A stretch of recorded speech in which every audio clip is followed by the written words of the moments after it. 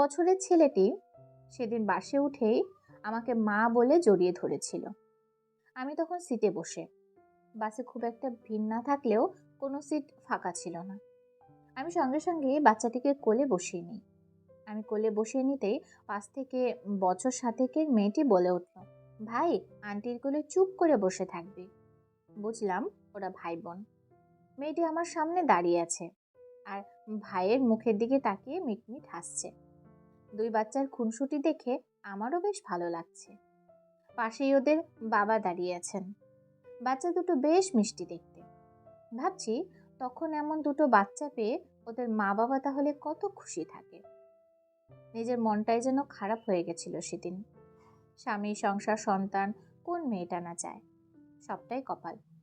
ঠিক কপাল বলবো না, কিছু ভুল সিদ্ধান্ত জীবনকে ভুল পথে ঠেলে দেয়। আমি মধুপর্ণা। আমিও চেয়েছিলাম একটা সুন্দর সংসার, স্বামী, সন্তান নিয়ে আমিও একটা সুখী পরিবারের স্বপ্ন দেখেছিলাম। বেশিরভাগ মেয়েদের স্বপ্নগুলো স্বপ্নই থেকে যায়, সেগুলো কখনো পূরণ হয় না। আমাকে নিয়ে আমার মায়ের দারুণ অহংকার ছিল, কারণ আমি সুন্দরী। পাশের বাড়ির রুমকি, শম্পা, অর্পিতা, ওদের থেকে যেহেতু আমি দেখতে সুন্দর ছিলাম, আমার মা কিন্তু নানান কথার প্রসঙ্গে ওদের মায়েদের কাছে আমার রূপের বড়াই করে বেড়াতো। মা কথায় কথায় বলতো, আমার মেয়ে সুন্দরী, বিয়েতে 1 টাকাও পণ দেব না, এক দেখাতেই পছন্দ করবে। উচ্চ মাধ্যমিক পরীক্ষা দেওয়ার পর পাশের বাড়ির রুমকির যে বিয়ে হয়ে গেল, আমার মাও এবার আমার বিয়ের জন্য উঠে পড়ে লাগলো। বাবাকে বলতে শুরু করলো, দেখো রুমকির বাবাকে, মেয়েকে তো ওই রকম দেখতে, তাও আবার ভালো একটা ছেলে জোগাড় করে ড্যান্ডে নিয়ে মেয়ের বিয়ে দিয়ে দিল চোখের সামনে, আর তুমি হাত গুটিয়ে বসে আছো। এমনিতেই পাত্রপক্ষ প্রায় বাড়িতে আসে বিয়ের প্রস্তাব নিয়ে, কিন্তু ভালো পয়সাওয়ালা ছেলে ছাড়া আমার বিয়ে দেবে না আমার মা। রুমকির বিয়ে হয়ে যাওয়ার পর থেকে আমার মা আমার বিয়েটা না দিতে পারলে যেন নিজেকে ঠিক রাখতে পারছিল না। রুমকির বড়লোক বাড়িতে বিয়ে হয়েছে, তাই আরো বড়লোক ছেলের খোঁজ করতে শুরু করলো। অবশেষে বড় ব্যবসাদার ছেলে আমাকে দেখতে এলো। অবস্থাপন্ন ঘর, মা তো এমন পাত্র হাতছাড়া করবেই না। রুমকির বাবা মাকে দেখিয়ে দেবে, নিজের মেয়েকে আরো বড়লোক বাড়িতে দিয়েছে। আমি সবে কলেজে ভর্তি হয়েছি তখন। পড়াশোনাকে গোল্লায় পাঠিয়ে দিয়ে জমি জায়গা বিক্রি করে আমার বিয়েটা দিয়ে দিল। বাবা অবশ্য বলেছিল, গ্র্যাজুয়েট হোক তারপর ভাববো। এত তাড়াতাড়ি মেয়ের বিয়ে দিয়ে দেবে? মা তো এমন কথায় রেগে আগুন। বাবাকে বলল, তুমি পুরুষ মানুষ, কি বুঝবে? বাড়িতে মেয়ে থাকলে কি যে চিন্তা হয় সেটা বোঝার ক্ষমতা তোমার হয়নি। একটা সমর্থ মেয়ে, তার উপর সুন্দর দেখতে, কখন যে কার কুনজর পড়বে তা ঠিক নেই, তাই বিয়ে দেওয়াটাই শান্তির জায়গা। আমার বিয়ে হলো, কিন্তু বিয়ের পর সংসার হলো না। 1-1.5 বছর যেতে না যেতেই আমি ফিরে এলাম বাপের বাড়িতে। বড়লোক বাড়ির ছেলে, বড় ব্যবসা, টাকা পয়সার অভাব নেই, কিন্তু নেশায় আসক্ত। প্রতিদিন রাতে মদের নেশায় চুর হয়ে থাকে, কিছু বলতে গেলেই অশান্তি।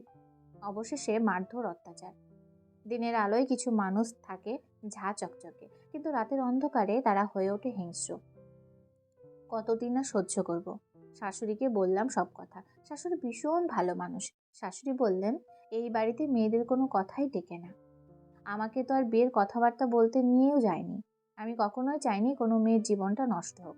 তুমি এ বাড়িতে থাকলে একদিন মরেই যাবে, পারলে চলে যেও। অনেক যন্ত্রণা আমি সহ্য করেছি, তুমি পারবে না। বুঝলাম শাশুড়ি আমার ভালোই চান। ভালো মানুষেরা কখনো কারো খারাপ চায় না। শেষমেশ ডিভোর্স হয়ে বাপের বাড়িতে চলে আসি। যখন বাপের বাড়িতে চলে আসছিলাম, আমার শাশুড়ি বলেছিল, স্বামী মানুষটা ভালো হলে কুঁড়ে ঘরে থেকে সুখ। আমার ছেলেকে আমি মানুষ করতে পারিনি, তাই ভালো মা হতে পারিনি। সংসারের মানুষরা ভালো না হলে সংসারের মেয়েরা কখনো মূল্য পায় না। আমি তো এই জন্মে আর বেরোতেই পারলাম না। তুমি বেরিয়ে গিয়ে নিজের মতো করে বাঁচো। আমি বাঁচবো বলেই তো বাঁচা যায় না। মানুষ খেতে পড়তে পেলেই বেঁচে থাকে না। মানুষ বাঁচে আনন্দে, মানুষ বাঁচে ভালোবাসায়। একটা কথা সব থেকে বড়, সত্যি মেয়েরা বিয়ের পর শুধুই শ্বশুর বাড়িতে অত্যাচারিত হয় তা নয়। বিবাহিত মেয়ে বাপের বাড়িতে ফিরে এলে তার যে কি অবস্থা হয় সেটা বলে বোঝানো যাবে না হয়তো। বাপের বাড়িতে আসার পর থেকে আমি আরো অসহায় হয়ে পড়লাম। আমাকে ভালো চোখে দেখলো না আমার মা। আমার জন্য কোনো সহানুভূতি তো নেই, উল্টে আমাকে দোষারোপ করতে শুরু করলো। আমি নাকি সংসার করতে পারিনি। মা কথায় কথায় বলতে শুরু করলো, নিজের সংসার ভেঙে আমার সংসার জ্বালাতে এসেছিস? দেখ গিয়ে শম্পা রব্বিকে কেমন সুন্দর করে সংসার করছে, আর তুই এসে পড়লি আমাদের ঘাড়ে। জমি জায়গা বিক্রি করে বিয়ে দিয়েছিলাম আমার ঘরে বসে থাকার জন্য। শ্বশুর বাড়িতে অনেক কিছু হবে, সেগুলো সহ্য করতে হয়। উঠতে বসতে আমাকে খোঁটা দিতে শুরু করলো। একটু কিছু হলেই বলতো, 4 বেলা গিলছিস, বাপের জমিদারি আছে নাকি যে তোকে বসে বসে খাওয়াবে? রাস্তা দেখ, এখানে ওসব চলবে না। বুঝলাম আমি গলগ্রহ। একবার মেয়েদের বিয়ে হয়ে গেলে বাপের বাড়ির প্রতি তার কোনো অধিকার থাকে না। আমাদের সমাজে মেয়েদের বিয়ে মানে নিজের বাপের বাড়ির প্রতি অধিকার হারানো। সত্যিই তো, সংসার তো মায়ের, মায়ের সংসারে থাকা মানে একটা বাড়তি বোঝা। আসলে সংসারের কর্তৃত্ব কেউই ছাড়তে চায় না, শাশুড়ি হোক আর নিজের মাই হোক। আমি ভাবলাম, এই সব কিছুর জন্য আমি কি দায়ী? আমার দোষটা কোথায়? আমাকে পড়াশোনা করতে দেওয়া হলো না, আমাকে জোর করেই বিয়েটা দেওয়া হলো। বিয়ের পর শ্বশুরবাড়িতে অত্যাচারিত হলে সবসময় শাশুড়িই দোষ দিই, কিন্তু নিজের মা? মেয়েরা বিয়ের পর বাপের বাড়িতে ফিরে এলে আরও নিপীড়িত হয় মায়ের দ্বারা। নিজের মা তখন শাশুড়ির থেকে বেশি ভয়ঙ্কর হয়ে ওঠে। যেদিন শ্বশুরবাড়ি থেকে বেরিয়ে এসেছিলাম, সেদিন আমার শাশুড়ি বলেছিল, বৌমা, এই বাড়ি থেকে বেরিয়ে নিজের মতো করে বাঁচো, অন্তত শান্তিতে থাকবে, অন্তত তোমার পরের জীবনটা ভালো করে কাটবে, এই আশীর্বাদ করি তোমায়। বাপের বাড়িতে ফেরার পর মনে হয়েছিল সেদিন শাশুড়ি মা আমাকে অভিশাপ দিয়েছিলেন এসব বলে। ভালো তো হলোই না, বরং আরো খারাপ হলো। পরে বুঝেছিলাম আমাকে উনি আশীর্বাদই করেছিলেন।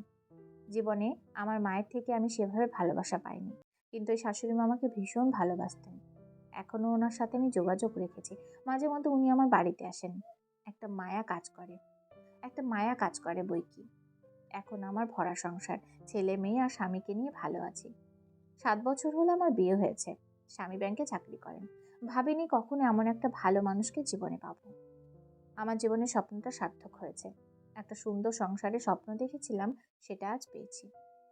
সেই পাওয়ার গল্পটা না বললে অনেক কিছুই অপূর্ণ থেকে যায়। আসলে নিজের জীবনের কথা বলতে গিয়ে বাসে সেই ঘটনাটা বলতে বাকি রয়ে গেছে। সেদিন বাসে বাচ্চা ছেলে আমার কোলে, আর মেয়েটির সাথে আমি কথা বলতে শুরু করলাম। জিজ্ঞেস করলাম, কি নাম তোমার? মৌমনি। তারপর মেয়েটি নিজে থেকেই বলল, আমার ভাইয়ের নাম ময়ূক। কি মিষ্টি নাম। তা কোথায় গিয়েছিলে? মামার বাড়িতে ছিলাম, এবার বাবার সাথে বাড়ি যাচ্ছি। তা তোমার মা আসেনি? আন্টি, আমার তো মা নেই। কথাটা বলেই মেয়েটির মুখটা কেমন ছোট হয়ে গেল, মুখের হাসিটাও মিলিয়ে গেল সঙ্গে সঙ্গে। পাশে দাঁড়িয়ে থাকা ওর বাবা মেয়ের মুখের দিকে তাকিয়ে চটজলদি পকেট থেকে লজেন্স বের করে মেয়েটির হাতে দিয়ে বলে, মনি, ভাইয়ের হাতে একটা দাও, আর একটা তুমি খাও। বুঝলাম প্রসঙ্গ ঘুরিয়ে দেবার জন্য এই পদক্ষেপ। যতই হোক, বাবা তো। বুঝতে পেরেছিলাম ওনার মনের অবস্থা, তাই খারাপ লাগছিল। আমিও ভদ্রলোককে সরি বলতে উনি বললেন, ইটস ওকে, আসলে বুঝতে পারিনি। না না, ঠিক আছে। এরপর আমার বাস থেকে নামার সময় হলো। আমি উঠে দাঁড়াতেই ঘটল সেই অদ্ভুত ঘটনা। বাচ্চা ছেলেটি কিছুতেই আমাকে ছাড়ছে না, শাড়ির আঁচলটা টেনে ধরে রেখেছে, আর মা মা বলে চিৎকার করে কাঁদছে। বাসের সব লোক তো তখন তাকিয়েই আছে, কোনোভাবেই ছাড়তে রাজি নয়। এদিকে ওর বাবা বোঝানোর চেষ্টা করছে, কিছুতেই কিছু না, আরো চিৎকার করে কাঁদছে বরং। এদিকে আমার স্টপেজ চলে এসেছে। হঠাৎ বাচ্চা মেয়েটি বলে ওঠে, আন্টি, ভাই যখন ছাড়ছে না, চলো না আমাদের সাথে আমাদের বাড়ি, তুমি আমার মায়ের মতোই দেখতে। এই কথাটাতেই আমাকে দমিয়ে দিয়েছিল সেদিন। আমার স্টপেজ ফেলে আমি চলে এসেছি অনেকটাই। সেদিন আমি যেন দুটি বাচ্চার মা ডাকটা শুনতে পেয়েছিলাম আমার হৃদয়ে। পারিনি মাতৃহারা ওই দুটি বাচ্চাকে দূরে সরিয়ে রেখে নেমে যেতে। কেন জানি না সেদিন চলেই গিয়েছিলাম ওনার বাড়ি পর্যন্ত। ভদ্রলোক আমাকে না করেনি। আমার আর কম্পিউটার ক্লাসে যাওয়া হয়নি সেদিন। আসলে কম্পিউটার সেন্টারে ভর্তি হয়েছিলাম, ভেবেছিলাম একটা চাকরি করব, তাই কম্পিউটার শেখাটা জরুরি ছিল। বাড়িতে যেভাবে মায়ের থেকে কথা শুনছিলাম, তাতে আর বাড়িতে থাকতে পারছিলাম না। সেদিন ওই ভদ্রলোকের বাড়িতে গিয়ে জানতে পারি ওনার স্ত্রী 3 মাস আগে মারা গেছে। হঠাৎ করে জ্বর হয়, সেই অজানা জ্বরে মারা যান। বাচ্চা দুটো সেই থেকে মামার বাড়িতে ছিল, কিন্তু ওখানে বেশি দিন রাখতে চাইছে না বলে নিয়ে চলে এসেছে। বাড়িতে নিয়ে এসেও সেভাবে দেখার লোক নেই, কারণ ভদ্রলোকের বাবা মা অনেক কাল আগেই মারা গেছেন। পিসির কাছে উনি মানুষ। সবটা শুনে খারাপ লেগেছিল আমার। ওনার বাড়ি থেকে আমি যখন চলে আসছিলাম, ছেলেটি কাঁদছিল খুব। মেয়েটি বলছিল, কাল আসবে তো আবার। তারপর থেকে আমি নিজেই ওদের সাথে জড়িয়ে যাই। একটা মায়া পড়ে যায়। কম্পিউটার ক্লাসে না গিয়ে ওখানে চলে যেতাম রোজ। যদিও বাচ্চাদের দেখাশোনার জন্য উনি অবশ্য লোক রেখেছিলেন। ভদ্রলোকের ব্যবহার আমাকে ভীষণভাবে মুগ্ধ করত। আমি যখন যেতাম তখন উনি থাকতেন না। যেহেতু ব্যাংকে জব করতেন তাই সকালের দিকে বেরিয়ে যেতেন। ওনার সাথে ফোনে কথা বলতাম। আস্তে আস্তে ওনাকেও ভালোবেসে ফেললাম। অবশ্য তার আগে আমার অতীতটা জানিয়ে দিয়েছিলাম। তারপর আর কি, 7 বছর কেটে গেছে। মৌমনি আর ময়ূক আমার 2 সন্তান। আমার হাজব্যান্ড বলে, নিজে কিছু একটা করো, প্রতিটা মেয়ে স্বাবলম্বী হওয়া দরকার। বিউটিশিয়ান কোর্স করে নিজের একটা বিউটি পার্লার খুলেছি। ভালো লাগে এই ভেবে যে একজন ভালো মানুষকে পাশে পেয়েছি, নিজের মতো করে বাঁচতে পেরেছি।